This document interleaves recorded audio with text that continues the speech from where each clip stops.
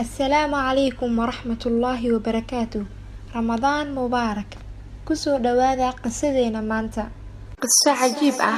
gabar ayaa habeen waxay ku soo daahday guri ay degneed gabar kale ay saaxiibihiin halkaasoo ay habeen kasta wax ku baran jireen markay waxbarashadoodii soo dhameysteen kadib ay gabadhii soo baxday inta ay wadada mareysay ayay cabsi dareentay maadaama ay wadada cidla ahayd waxayna tala saaratay Allah subhanahu wa ta'ala wax yar kadib waxay aragtay nin geed horteeda ku gambanaya way naxday waxay Allah ka barisay inuu badbaadiyo quraankana afkeeda ayay ku qabsatay si uu Alle ugu badbaadiyo cadowga horteeda taagan ayadoo quraanka afkeeda ku haysata ayay si tartiib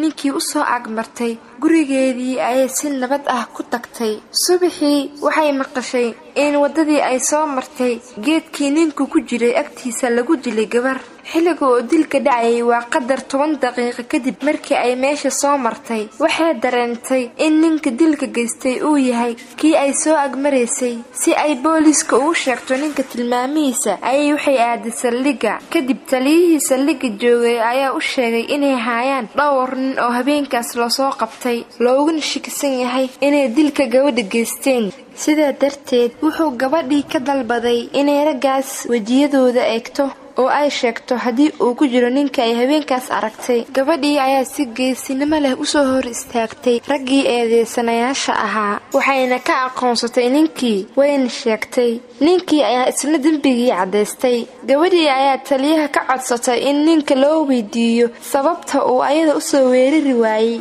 markii la weydiiyay ninkii ayaa ku jawaabay kaligeed maysan ahayn